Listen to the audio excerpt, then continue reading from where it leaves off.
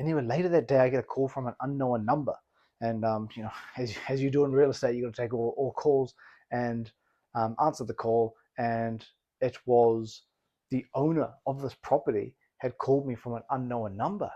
And he was not happy. So he had, at the time, I didn't know he was sitting at the end of the driveway there, but he had seen me, recognized myself and Emmy, and apparently recognized this buyer from where, I mean, walking into a small place, right? So it could have been from anywhere.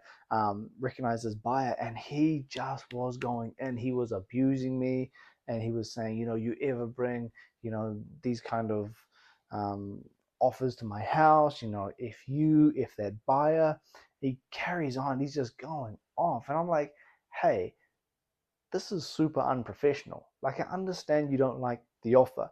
My job is to take the offer. Your listing agent's job is to present the offer and discuss it.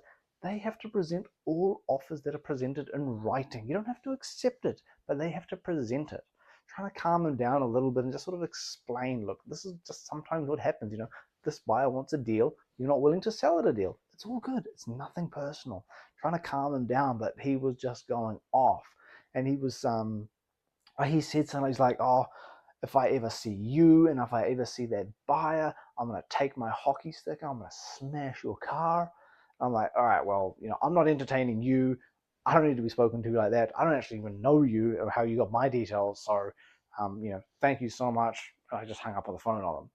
Call the listing agent just to say, hey, look, your owner has called me. He said all this kind of nasty things, abusing me, abusing the purchaser for their offer that he didn't like. I'm like, can you maybe just talk to him and just explain this is not the way to do business or whatever.